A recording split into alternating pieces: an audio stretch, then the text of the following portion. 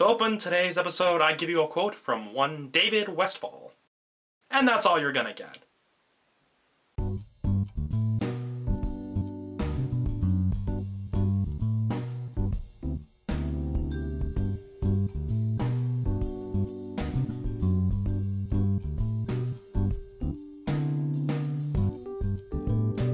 Yeah, little housekeeping. My voice sounds kind of weird because I'm recovering from a pretty bad cold. I'm on the mend, but I'm not out of the woods yet, so let's just try to bounce through this as quickly as possible.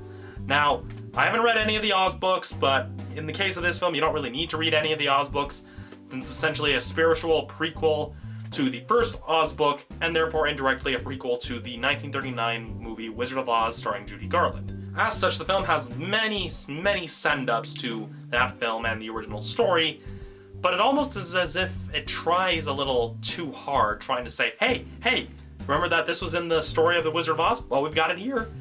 Now, you see that a lot towards the latter part of the film, when you see like stuff like the Wicked Witch of the West, and a lot of the other things that play a role, like the Munchkin Village and all that stuff.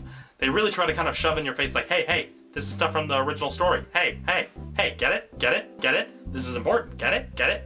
To that end, though, it does have some good merits to it. I mean, I like how it opened with the 4:3 aspect ratio and the sepia tone to kind of give it the look of an older film.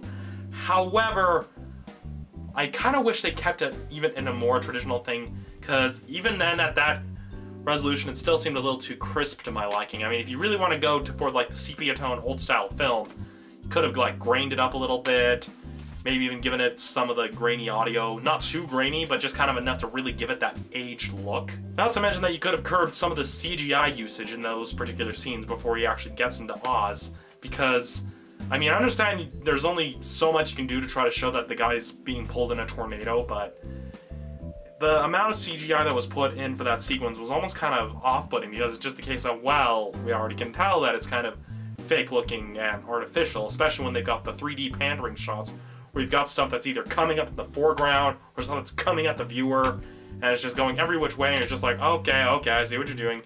You're penalizing me for not watching this in 3D. I get it. Of course, when you get to Oz, the somewhat artificial looking CGI actually seems a little more fitting, because Oz is supposed to be this magical, fantastical place, not like reality. And so the CGI and how it kind of almost looked a little bit fake and too perfect seemed fitting for the land of Oz. As such, there's some pretty impressive visuals as you're watching the film, so it's basically got a whole lot of eye candy to look at.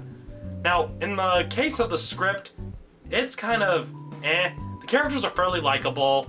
It does have some fairly predictable beats, especially given Sam Raimi's track work.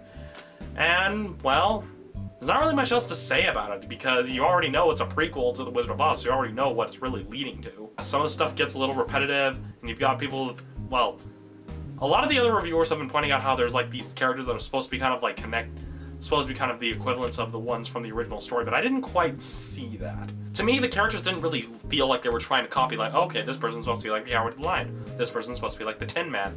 It was just kind of a case of, hey, we've got some pretty cool ideas, and some ideas for jokes, especially when you hire Zach Braff to play a flying monkey. So it's just a case of, okay, well, here's what we got. Other than that, there's not really much else to say. I mean, it's paced all right, but it does feel a little bit long.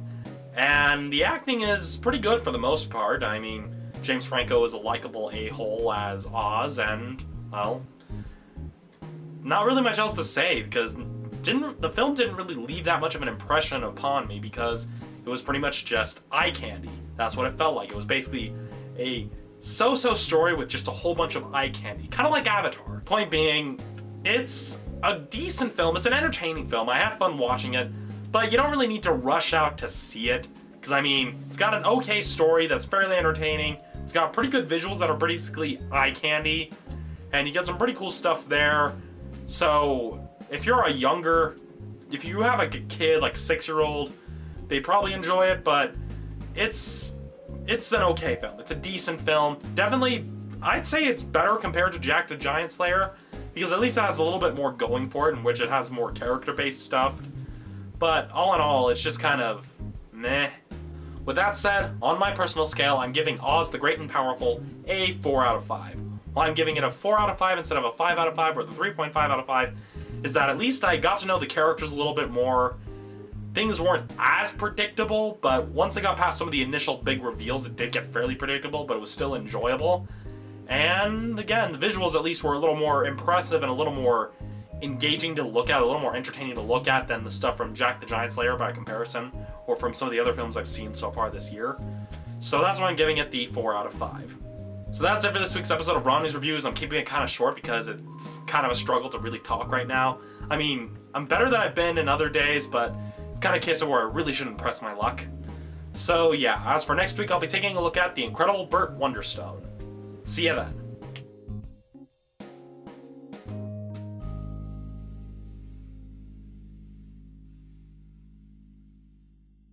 So yeah, end screen. I'm gonna try to keep this a bit short because, again, voice thingy. The whole quote thing at the beginning, that if some of you haven't actually gone back to read that, which it's fairly funny and you should, even though if you're at this point of the video, it means having to buffer a lot. It's a case that basically David Westfall, he was my senior in high school. Like, I think he was either 1 year above me or a couple of years ahead of me.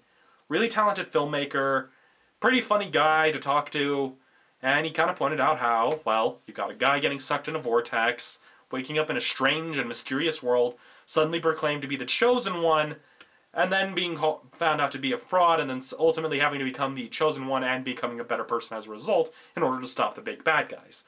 So as he put it, it's basically the strangest remake of Army of Darkness. Yeah. I guess that could be this week's Romney Recommends, because, I mean, it's a Sam Raimi film. They should make a Sam Raimi drinking game where take a shot every time you see Bruce Campbell in either the credits or on screen. At least this time his appearance wasn't as obvious because Bruce Campbell had a lot of makeup on. And, well, I did look on IMDb, and apparently Joxer makes an appearance. For those of you who don't know, Joxer, is played by Ted Raimi. Don't know if there's any relation. But Joxer, he was a character on Xena Warrior Princess. Xena Warrior Princess and Hercules, The Legendary Journeys, those are shows that my siblings and I liked to watch when they were on, back when they were still airing. It's pretty good stuff. It was basically cheesy action stuff, kind of like Legend of the Seeker is now, or it was. But, well, no, it was kind of about the same, except it tackled different things and had slightly better writing. Slightly. As you get into the later seasons, things kind of start going downhill.